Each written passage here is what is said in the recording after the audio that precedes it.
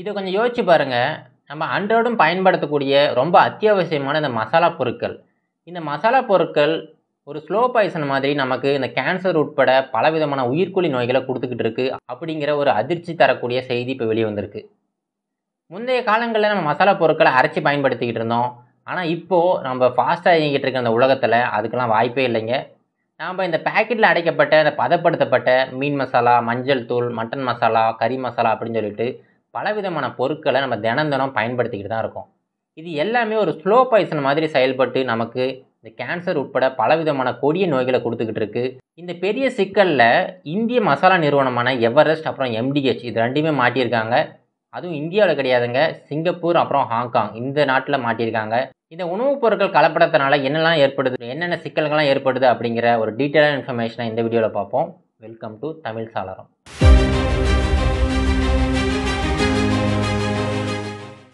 ஹாங்காங்கோட உணவு பாதுகாப்புத்துறை அவங்க என்ன பண்ணியிருக்காங்கன்னா, ஹாங்காங்ல இருக்கிற சின்ன சின்ன கடைகள்ல இருந்து மசாலா சாம்பிள்ஸை கலெக்ட் பண்ணிட்டு போயிட்டு அவங்க செக் பண்ணி பார்த்துருக்காங்க. இவங்க இப்படி செக் பண்ணி பார்த்ததுல ரொம்ப பெரிய ஒரு அதிர்ச்சி தரக்கூடிய செய்தி வந்திருக்கு. என்னன்னா, இந்த மசாலா பொருட்களில் எத்திலீன் ஆக்சைடு கலக்கப்பட்டிருக்கு அப்படிங்கிற செய்தி வந்திருக்கு. ஹாங்காங்கை பொறுத்த வரைக்கும் இந்த உணவில் ஏதாவது கலப்படம் ஏற்பட்டுச்சுன்னா இதுக்கு $50,000 ஃபைன் விதிப்பாங்க. அதுவே அந்த கலப்படம் நிரூபிக்கப்பட்டுச்சுன்னா 6 மாதங்கள் வரைக்கும் ஜெயில் தண்டனை இருக்குதுங்க. இப்போது ஹாங்காங்கில் செக் பண்ணாங்கன்னு சொன்னேன் பார்த்தீங்களா, அந்த மசாலா நிறுவனங்கள் வேற ஒன்றும் கிடையாதுங்க. இந்திய நிறுவனங்களான எம்டிஎச் அப்புறம் எவரெஸ்ட் இந்த 2 நிறுவனங்களோட மசாலா பேக்கெட்ஸ் தான் அவங்க செக் பண்ணி பார்த்துருக்காங்க. இப்படி செக் பண்ணி பார்த்ததில் இந்த மசாலாக்களில் பூச்சிக்கொல்லியான எத்திலீன் ஆக்சைடு கலக்கப்பட்டிருக்கு அப்படிங்கிறத கண்டுபிடிச்சிருக்காங்க. சிங்கப்பூரில் இதே மாதிரி செக் பண்ணி பார்த்ததில் எவரெஸ்ட் நிறுவனத்தோட மீன் மசாலா மாட்டியிருக்குதுங்க. அதே மாதிரி ஹாங்காங்கில் பார்த்தீங்கன்னா எம்டிஎச் மசாலாவோட மெட்ராஸ் கறி பொடி, அப்புறம் சாம்பார் பொடி, அப்புறம் கறி மசால் பொடி இந்த 3 மசாலா பாக்கெட்டுகளுமே ஹாங்காங்கில் மாட்டியிருக்குதுங்க.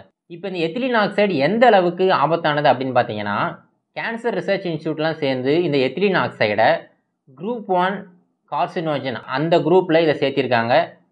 இந்த கார்சினோஜன் அப்படின்னா என்னென்னா, கேன்சரை உண்டு பண்ணும் காரணிகள். இந்த கேன்சரை உண்டு பண்ணுற காரணிகளில் குரூப் 1ல் இந்த எத்திலீன் ஆக்சைடு வந்து சேர்க்கப்பட்டிருக்கு. அப்போ கொஞ்சம் யோசிச்சு பாருங்கள், இந்த எத்திலீன் ஆக்சைடு அப்படிங்கிறது எந்த அளவுக்கு ஆபத்தானது அப்படின்னு. இந்த எத்திலீன் ஆக்சைடு கண்டுபிடிக்கப்பட்டதுக்கு அப்புறமா சிங்கப்பூர் அரசாங்கம் என்ன சொல்லியிருக்காங்க அப்படின்னா, சிங்கப்பூரில் ஒரு நிறுவனம் இருக்கும் பார்த்தீங்களா, அந்த மசாலாக்கெல்லாம் இந்தியாவிலேருந்து இம்போர்ட் பண்ணி சிங்கப்பூரில் விநியோகம் பண்ணுறதுக்காக அந்த நிறுவனமான Muthiah and sons private limited அந்த நிறுவனத்துக்கிட்ட இவங்க வந்து இந்த மசாலாக்கள் எல்லாத்தையுமே திரும்ப வாங்கிக்கோங்க.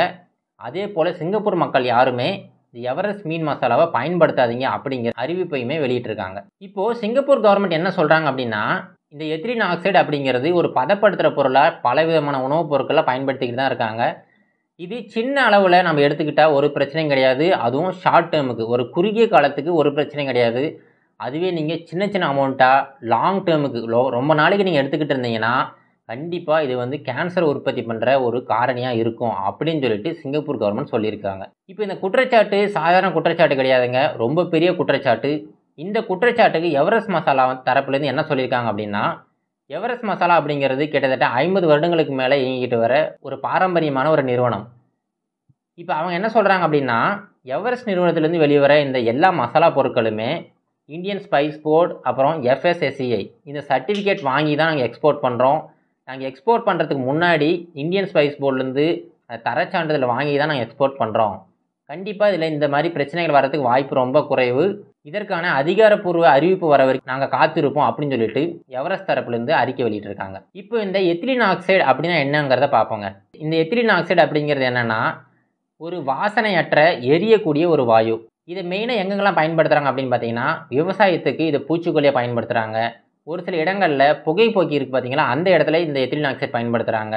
அப்புறம் கருத்தடை மருந்துகள் தயார் பண்ணுறதுக்கு பயன்படுத்துகிறாங்க. கடைசியாக இந்த உணவுகளை பதப்படுத்துறதுக்காகவும் பல இடங்களில் பயன்படுத்திக்கிட்டு இருக்காங்க. இந்த உணவில் இருக்கிற இந்த நுண்ணுயிர்களை கொல்றதுக்காகவும் உணவு ரொம்ப நாளைக்கு கெடாமல் பாதுகாக்கிறதுக்காகவும் இந்த எத்திலீன் ஆக்சைடை பயன்படுத்துகிறாங்க. இப்போ நமக்கு தெரிஞ்சு ஒரு சில மசாலாக்களை பயன்படுத்துகிறாங்க அப்படிங்கிற அறிவிப்பு வந்திருக்கு. ஆனால் நமக்கு தெரியாமல் பல விதமான உணவுப் பொருட்களில் இந்த எத்திலீன் ஆக்சைடு பயன்படுத்திக்கிட்டு தான் இருக்காங்க. மெயினாக இந்த உலர் உணவுகள் இருக்குது பார்த்தீங்களா, அந்த உணவுகளில் தான் இந்த எத்திலீன் ஆக்சைடு அதிகப்படியாக பயன்படுத்துகிறாங்க. இப்போது உலக அளவில் எடுத்துக்கிட்டிங்கன்னா இந்த எத்திலீன் ஆக்சைடை பல நாடுகளில் தடை செஞ்சுருக்காங்க. ஏன்னா அது எத்திலீன் ஆக்சைடு அப்படிங்கிறது கேன்சர் உற்பத்தி பண்ணக்கூடிய ஒரு காரணியாக இருக்குது அப்படிங்கிறதுக்காக தான். இப்போது எவரெஸ்ட் மசாலாவுக்கு இது ஒன்றும் புதுசு கிடையாதுங்க.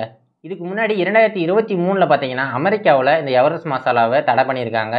அப்போ என்ன காரணம்னா, இந்த எவரெஸ்ட் மசாலாவில் சால்மனெல்லா அப்படிங்கிற ஒரு பாக்டீரியா இருக்கிறதாவும், அது அங்கே இருக்கிற மக்களுக்கு வயிறு சார்ந்த உபாதைகளை உண்டு பண்ணுது அப்படிங்கிறதுக்காக இந்த எவரெஸ்ட் சாம்பார் பொடியை அவங்க வந்து தடை பண்ணியிருக்காங்க. இப்போ உணவுப் பொருட்கள் அப்படின்னு வரும்போது பார்த்தீங்கன்னா, இந்த மசாலா பொருட்கள் மட்டும் கிடையாதுங்க. பலவிதமான உணவுப் பொருட்களில் கலப்படம் இருந்துக்கிட்டு தான் இருக்குது. மெயினாக இந்த குழந்தைகள் பயன்படுத்தக்கூடிய உணவுப் பொருட்கள் இருக்குது பார்த்தீங்களா, நெஸ்லே ஆகட்டும், செர்லாக் ஆகட்டும், இந்த உணவுப் பொருட்கள் எல்லாமே அதிகப்படியான சர்க்கரை இருக்குது அப்படின்னு சொல்லிட்டு பல நாடுகளில் வார்னிங் கொடுத்துருக்காங்க. ஒரு சில நாடுகளில் இந்த செர்லாக் ஆகட்டும், நெஸ்லே பொருட்கள் ஆகட்டும் எல்லாத்தையுமே தடை பண்ணியிருக்காங்க. இப்போ இந்த விஷயங்கள்லாம் பார்க்கும்போது பார்த்தீங்கன்னா, பெரிய பெரிய நிறுவனங்கள் லாப நோக்கத்துக்காக பல உயிர்களை காவு வாங்கிட்டு இருக்காங்க. இப்போ என்ன ஒரு பெரிய அதிர்ச்சின்னா, இந்த காவு வாங்குற விஷயம் யாருக்குமே தெரியறது கிடையாது. எல்லாமே ஒரு ஸ்லோ பாய்சன் மாதிரி எல்லா மக்களுக்குள்ளருமே செலுத்திக்கிட்டு இருக்காங்க. இது எல்லாத்துலேருந்தும் விடுபடுறதுக்கு ஏதாவது ஒரு வழி இருக்கும் அப்படிங்கிற ஒரு நம்பிக்கையில் இந்த வீடியோ முடிக்கலாங்க. மீண்டும் ஒரு நல்ல விஷயத்தோட உங்களை மீண்டும் சந்திக்கிறேன். நன்றி, வணக்கம்.